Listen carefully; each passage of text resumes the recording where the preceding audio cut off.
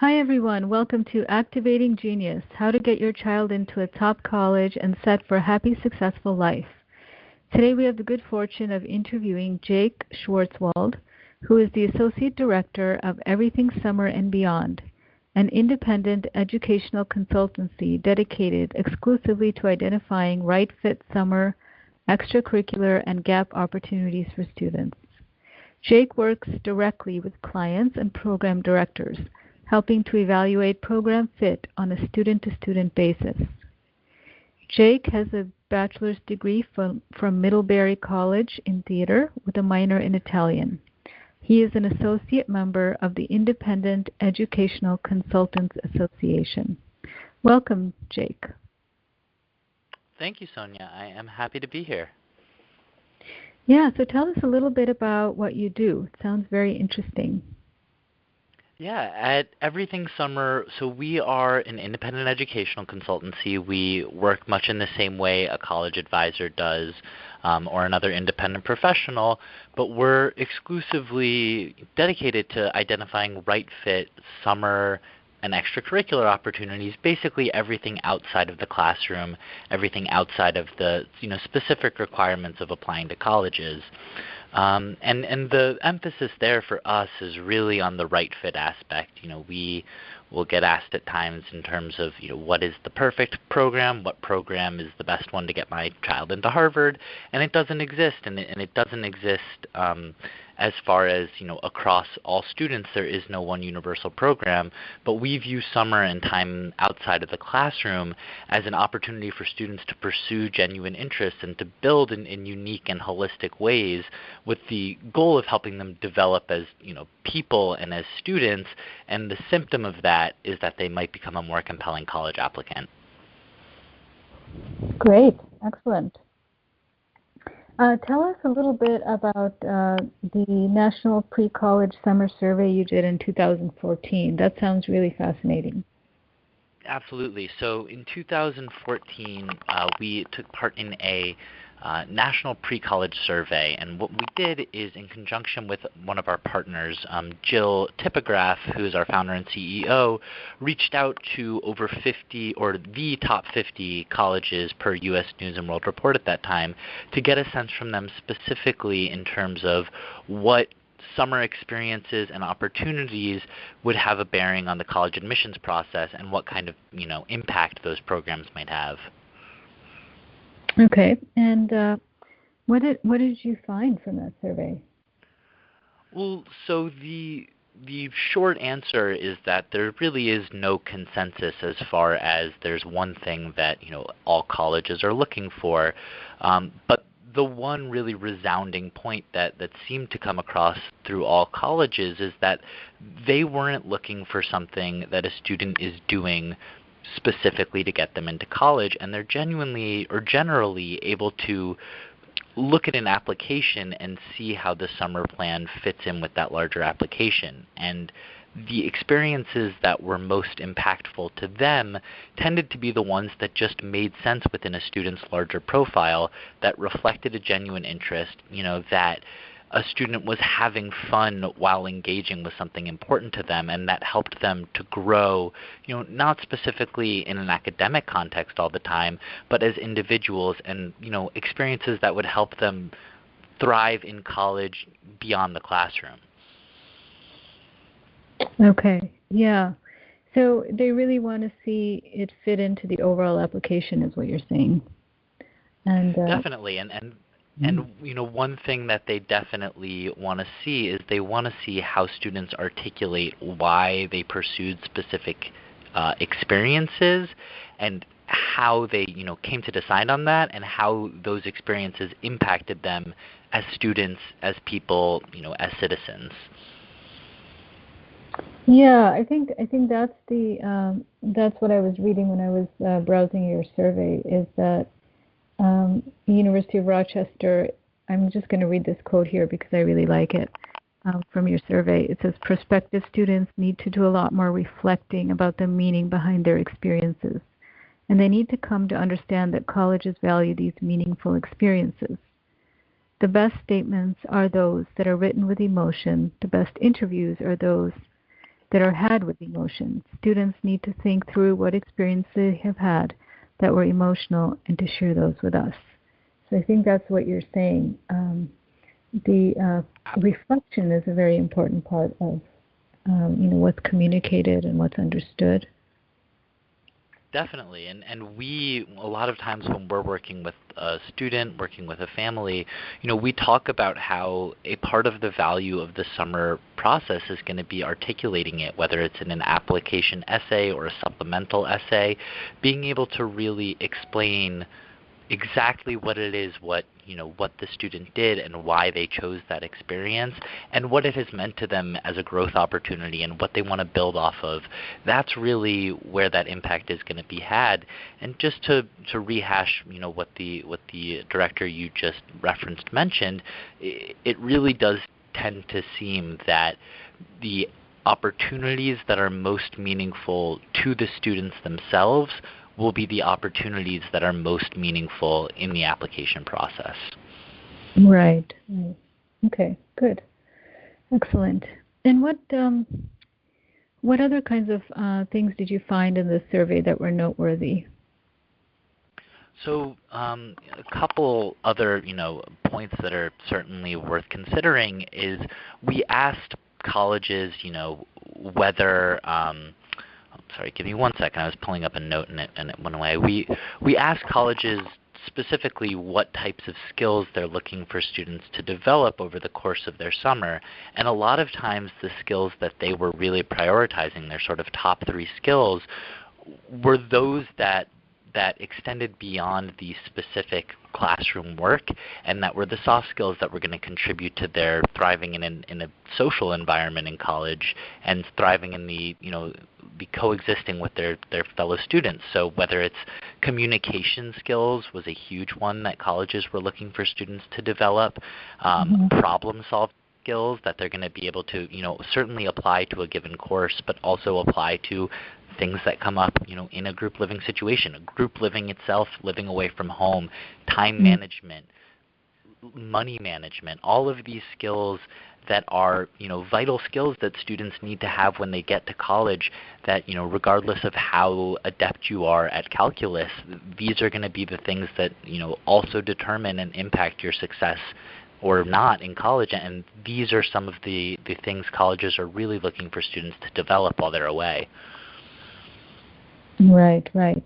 Yeah, and I think there's so much emphasis on these activities and summer activities because, they're outside of the cookie cutter classroom kind of experience. When it comes to the applications, grades are definitely number one, but there's not too much that you can tell unless a teacher talks about the student in a recommendation letter. So it's really these things that I feel make a difference in the application, how these experiences are understood and, what's learned from them, and then how that's communicated in all those areas that you just mentioned, problem solving, communications, time management.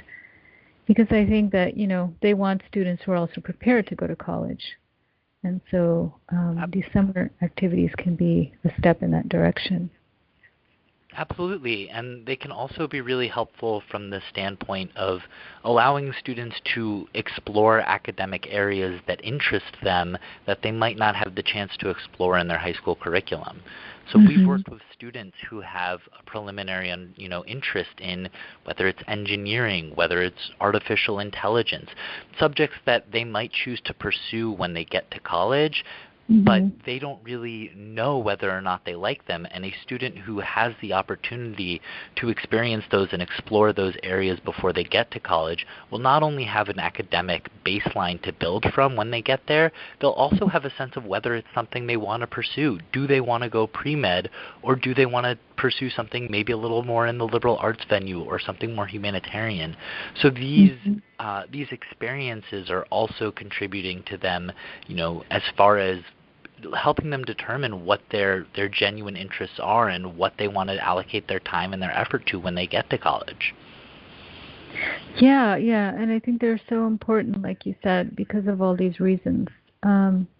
Can you give us any examples of students that you have helped in this process and how these experiences have helped them, become clear about what direction they want to go into? Absolutely. We worked with a student a couple of years ago who had a tangential interest in journalism and writing, Mm-hmm. but had never really done anything with it.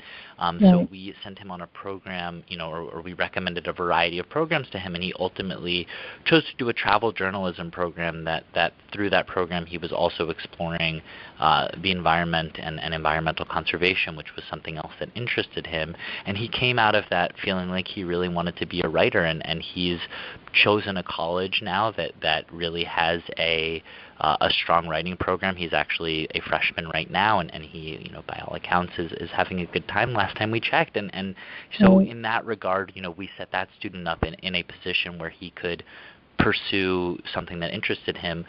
On the other hand, we worked with a student or within the last couple of years who had a strong interest in veterinary studies and thought that might be something she wanted to pursue, in college and as a career. And when Mm-hmm. she was working hands-on with the animals, she absolutely loved it, but she felt like she didn't necessarily want to dedicate so much time in this specific way, and wanted to maybe broaden her outreach and assist and help animals and help the environment in a different way. And so she doesn't think she's going to pursue that when she gets to college, and that's another equally as valuable Yeah. learning lesson. Absolutely. I mean, it's great to have the negative experiences and the failures and see your limitations, just as it is to have all the positive experiences, because, Absolutely. And I can yeah. oh, sorry to interrupt. No, I was just going to say, Uh, well, because students, when they're exploring in college, they can spend a lot of money thinking they want to go into a certain field without the actual hands-on experience behind knowing what they're talking about. And then, all that time and money does get, I don't want to say wasted, but, it could have been explored beforehand, I feel. That's one reason yeah. I think summer experiences are important. That is something that we discuss with parents and with families, and something that we believe strongly in is, of course students should use college to explore their interests, because that is, part of what college is about. But Mm-hmm. it's also really helpful to use that time outside of the high school curriculum to explore those interests, because Mm-hmm. if it is a hit and it is a genuine thing you want to pursue, not only can you get involved earlier and develop a greater depth of intimacy within a subject, which generally will reflect positively within the college application process, but to your point, it'll free up so much more time if you decide that's not what you want to pursue, and you Mm-hmm. decide that you want to you know study English and not go into pre-law or whatever it is.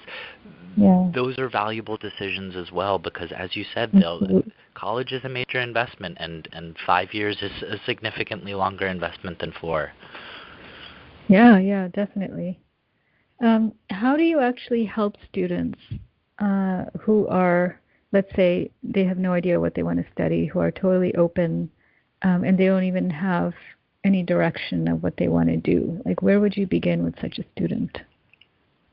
So, we have certainly worked with families and fielded calls where a parent will say, I just don't think my son or daughter has any real developed interests. And, the way we work is we operate from a standpoint of, everybody is going to have some established interest somewhere. They might not realize that it's something that they can apply to, developing in a productive way for college or for a career, but it exists. And so, perhaps there's a student who's interested, who just loves playing video games. There are opportunities to develop, to explore, how are video games made? How, what goes into that process? The composition of the music behind them. If there are students who love sports but aren't necessarily going to be high-level athletes in college or beyond, there are opportunities to explore the business of sports, sports media, sports marketing, things in that area. So what we do when we're working with a family is we try to get a sense of what a student's interests are going into the process, and we have an extensive system in place to do that. that. And then when we're having our intake process, and we generally meet with our clients face-to-face, what we're trying to do is blend our knowledge of what's available and what exists and what can be created. There are programs that are set programs for students, and there are more individualized experiences that can sort of be forged on an individual basis.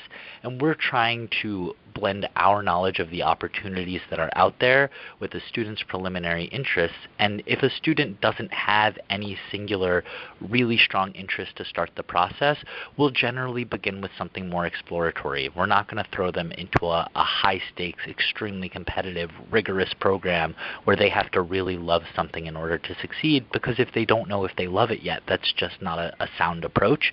But we'll expose them in either a shorter term setting or a setting closer to home, or in any sort of way, maybe a setting that allows you to take multiple courses or multiple interest areas, explore multiple interest areas, and see what resonates. And then once that does start clicking and we learn what is really resonating with a student, we can start to expand and look for ways to delve further and explore those with more depth. And one of the really valuable parts of our process when we're working with a family is we debrief in the fall after a student has had their summer experiences to get a sense of what did they like, what didn't they like, what has rocked their world. And when we have a sense of that, we're able to really smartly and productively and methodically, in a way, identify further opportunities for them to continue building on that interest in a way where they're fulfilled because they're discovering something they like, something that's unique to them and that differentiates them and that can become a part of their identity. And in doing so, they're generally giving back, or they're growing, and they're really having these positive interactions with, whatever that initially tangential interest was. Yeah, so the reflection piece seems very important once they get back and they talk with you about it. Absolutely, because we want to put our students in a position where they can continue to grow beyond the summer. A summer of learning is incredibly valuable, but to use the example of a student who is has a preliminary interest in journalism and then does a program or has an experience that allows them to explore that and finds that they really love it, that student can then volunteer to write on their student newspaper or get involved in that way. So it doesn't have to be limited to the summer. These can be areas that they discover during the summer when they have a little more time or flexibility, but they can continue building on through their extracurriculars and during the school year. Yeah, I was going to say, how do you make that connection to continue to build on during the school year? It really depends, and it will vary on a student-to-student basis, and it will vary based on their interests. We're constantly looking for unique ways that students can continue exploring their interests and combining their interests. We worked with a student once who had a strong interest in coding and had actually taught himself to code just by reading a textbook. And he'd also had experience and really enjoyed working with kids in the past at a local service organization. And so we explored ways for him to potentially, volunteer and lead a coding course for young students who, might not have access to all of the learning opportunities that he's had, where he can, build on one hand that piece of him that loves interacting with kids, and on the other hand, sharing his love and interest in computer science. But the key is, in both cases, he was the one who had the interest. He liked the working with kids. He liked coding and had a love for that. It wasn't something we're forcing where we're saying, well, if you try coding, you could share it with kids, because it will come through as inauthentic, and the authenticity is really one of the major points. Right.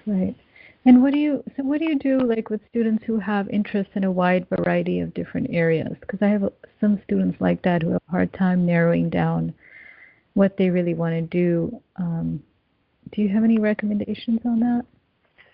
Absolutely. We're huge proponents of what we call combination summers. And I like to think of the summer as a jigsaw puzzle. And it's a jigsaw puzzle that can be assembled in different ways, and by it can be for many students a long summer, and of course you may have certain either family or academic or athletic requirements, but ideally a student will be able to spend their summer doing more than one thing. So if you have an athlete who is a high level lacrosse player but simultaneously has a real love for the visual arts, he can spend several weeks of the summer either with his team or at recruiting camps or at skill building lacrosse camps, but can then spend another part of the summer in a visual arts studio, or working with artists, or developing his own technique at a summer program run by an art school.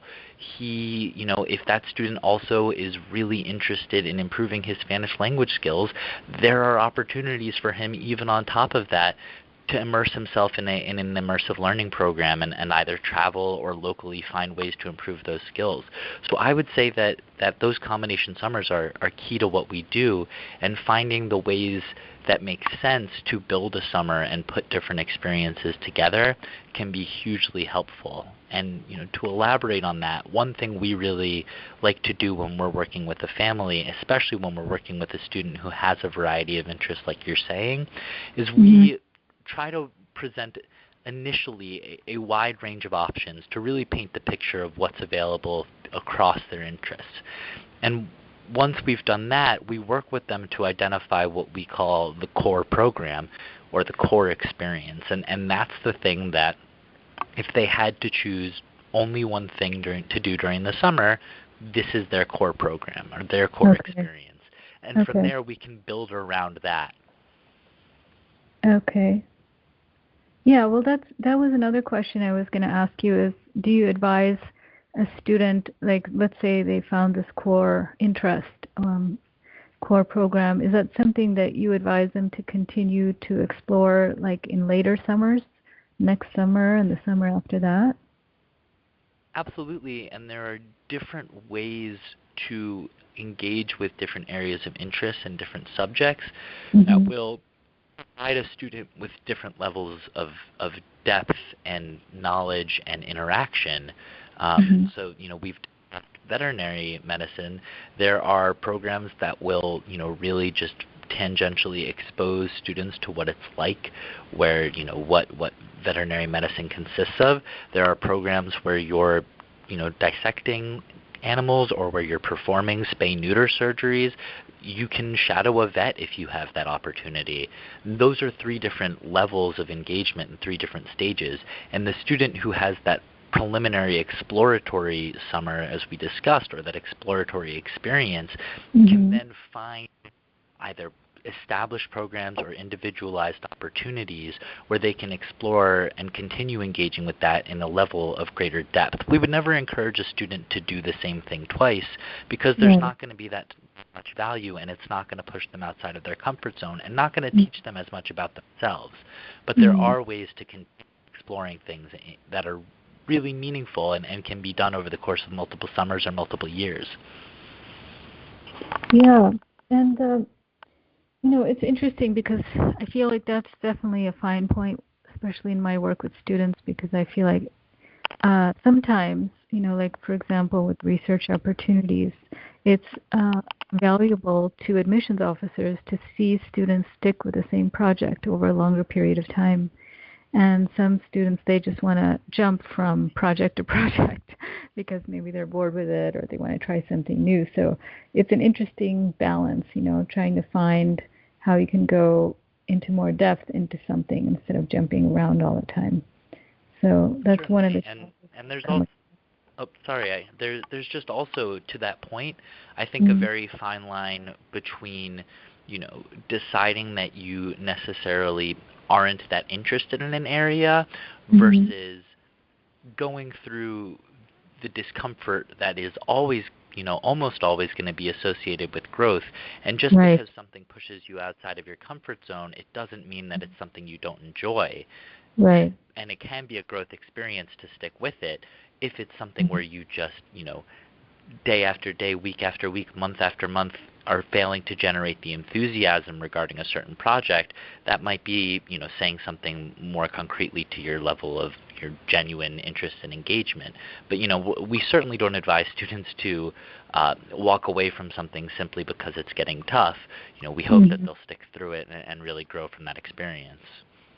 Yeah, and I like what you said, in terms of pointing out that if it's day after day, month after month, year after year, and they're not interested, then obviously something needs to change. But if it's maybe more of a temporary situation, and they can use that as a fuel for growth, then they can learn something from it, and they can persist and actually achieve something.